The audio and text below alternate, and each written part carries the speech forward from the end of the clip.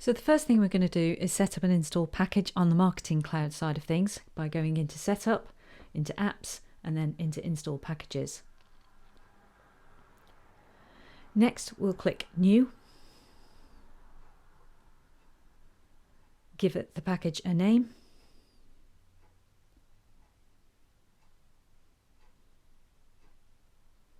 And then add some components. Now it's going to be an API integration, so we'll click Next. And then it's going to be server to server. And Next. Now at this point you want to define the scope that you want the access to be given, so I'll just tick SMS for now, but you can choose any of the options. You should see a full list of the things available. And click Save. Now the next thing we want to do is head over to the org and go into Setup. You need admin access for this, and we're going to set up a named credential. Click on External Credentials tab and click New. Give the external credential a name and a label, and the protocol we're actually going to follow will be OAuth 2.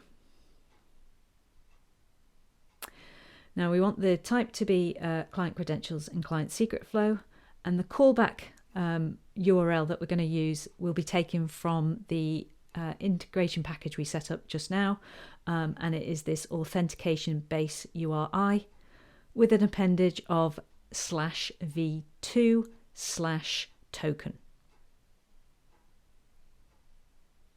Now I've completed that offline. Next we're going to create a principal, and that's going to leverage the client ID and secret, so we'll give it a name. And again, if we just go back to our Marketing Cloud install package, we'll get the client ID from this section here underneath this hidden bit, and under this secret from here. So I'm going to paste them in offline. Next we're going to create a name credential that's going to use that external credential for us. So again, create a label, create a name, and again the callback URL is going to be taken from the Marketing Cloud install package, and that's this one here, the restmarketingcloudapis.com, and that's the callback. I've done that offline. Next we want to give that name credential some permissions, so we create a new permission set.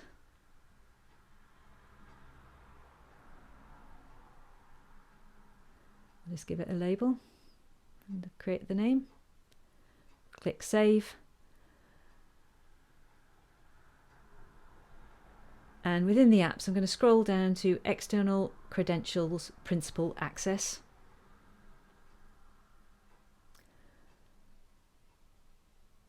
Click Edit. And this will show you any named credential principals you've set up. So on this account, I've only got the one. So I'll select that one and click Save. Now for testing purposes, I'm just going to add that permission set to my own user name, just so I can run the debug a little bit later. Now the next thing we want to do is actually copy the schema of all of the API calls. Now that QR code there will give you a shortcut to this page. Copy the whole board, and then when we want to go back to our org and set up an external service this time. So add an external service from an API specification we've just copied. Give it a name. And the schema I'm going to use is actually just a complete JSON. I'm just going to copy into here. And then the name credential I'm using is the MC API.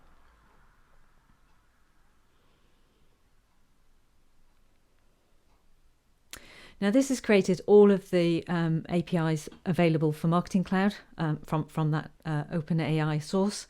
And as you'll see, everything is created. So we've got all of the separate calls and all of the body and response requirements that are needed. Now we can leverage these from Flow. So next, let's jump into Flows and just set up a flow to test that our connection works. So click New Flow. And in a flow, I'm just going to set up a scheduled triggered flow because I only want to debug it really.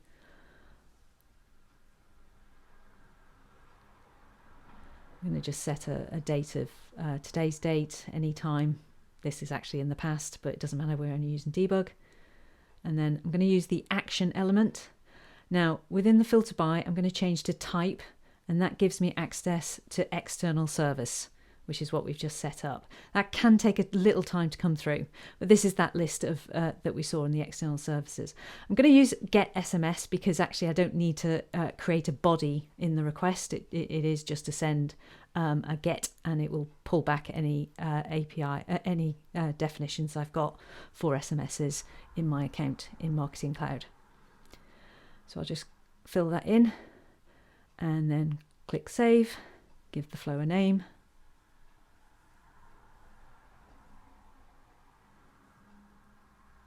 And save, and ignore the issues because I'm really only doing this for debug, but it's in the past.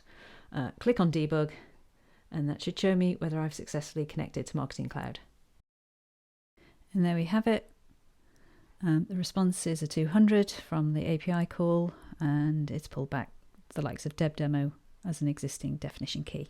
So I thought it'd be useful to have a look at the actual construct of the APIs. All of the definitions are available on the developer.salesforce.com website.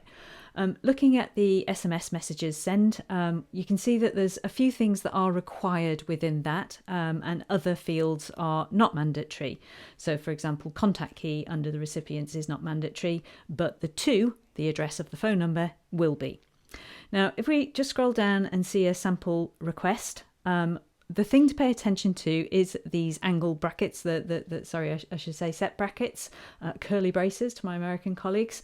And these define where we'll need to set up individual components of the API call and the body copy. So if, for example, under recipients, you see I've got contact key to message key and attributes, which in turn has another set of fields that you can nest within that. Now, each one of these we're going to have to set up separately within the flow. So we know the definition key, recipients, and the to address are required as highlighted in red here. Now, if we collapse the structure, we can see that there are 3 top-level objects, including this definition key and the recipients, and the optional attributes object. But we've lost sight of the to address because it is nested underneath the recipient's object. We should also note that the recipient's object includes these square brackets, which denotes there can be more than one set of details nested under the recipient's object. Next, if we look at the next level of objects, we can see the required to object, among other fields we could supply as values in the request. Now, in this particular call, there is also a third level that we could use to pass values over to Marketing Cloud. So here's attributes, first name, password. We don't have to do that, so I'm not actually going to cover that, but it's for values that we might want to include in the message. Now, for the purposes of this demo, I've downloaded and installed the Events app, which is a free app that is available on the App Exchange. And it's allowed me to set up a demo event and very quickly register 3 contacts to the event. So now it's time to set up the actual flow. So let me load up that using my admin access.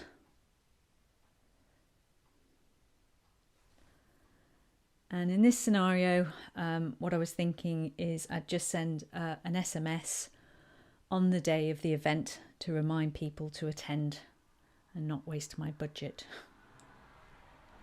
So I could set it up from a record change and things like that, Data Cloud, but I'll just do it as a schedule event. And I'll just input the date of the actual event, which is planned to be on the 8th of December. And I'll send the text, schedule the text to send at first thing in the morning, 7 a.m, so that it will remind any registrations that they should turn up to my event.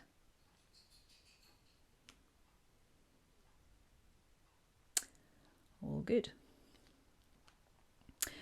So the first step in the flow is to go and fetch the records of all registrants, and that's where I'll be able to get their details to add into the API call. So if I do a get records, and I'm going to base it on the event registration object that comes with the events package.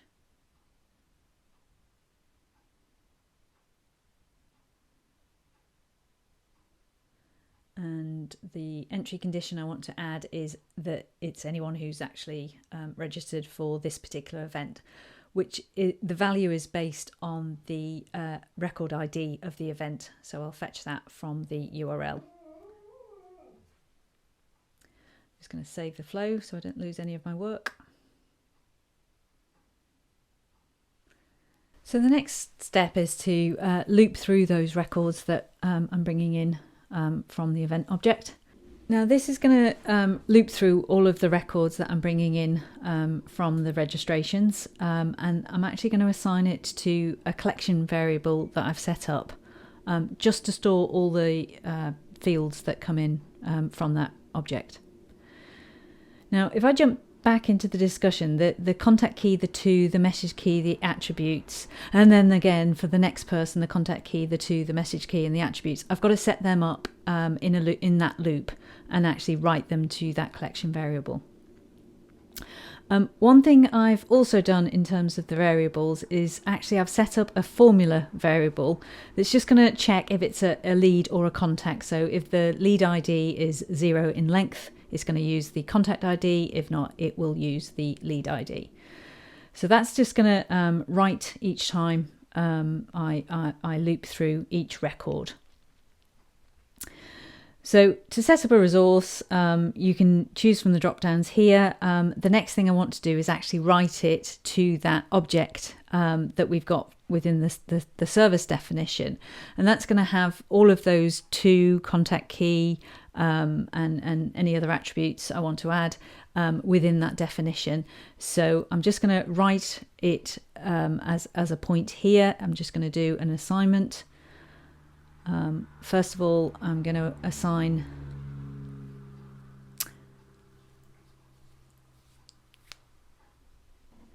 the ID, and that's going to be from that formula field. So as the record comes in, it's going to run through that formula and swap out for the correct ID. So I'll just choose get ID here.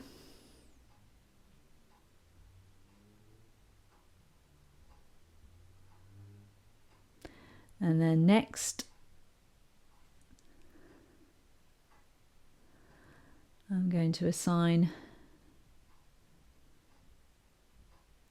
the recipient variables, and that's going to be the contact key is going to be the result of the formula.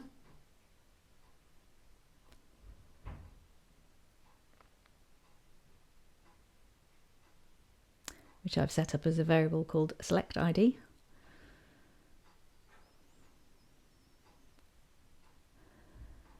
And then I want to set the to as the mobile number from the record.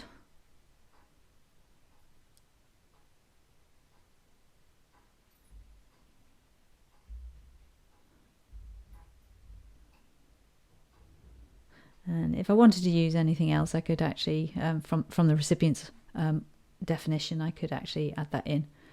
So that's going to set up the object for me. And then part of the body, which again is an Apex defined variable, I'm going to select the actual body that we use to send within the send SMS to multiple recipients. And I'm just going to set one of the fields there in this loop so that it can then set up the next person as it runs through each loop.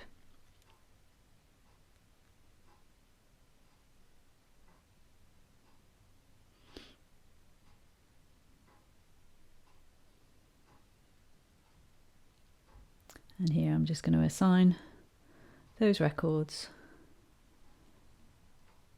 to the recipient's objects that I've set in the previous steps. Now, because I'm going to extend this each time, I use an add rather than equals, and equals will replace the value and add will just add another comma effectively to the variable. And I can just get rid of the full stop there and enter, and that will set the recipient's part of the body that we're going to use in the actual SMS send.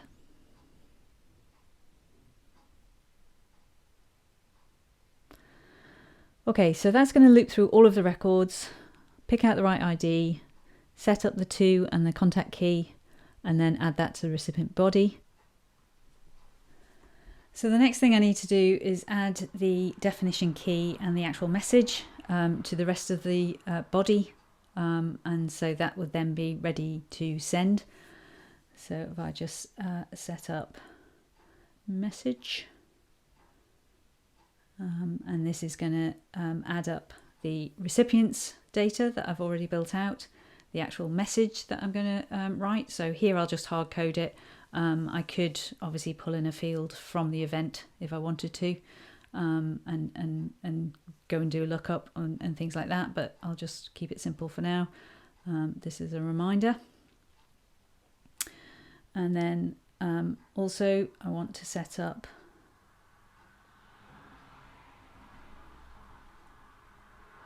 the actual definition. Now, this is something I've set up previously. I did actually use an API call to set it up.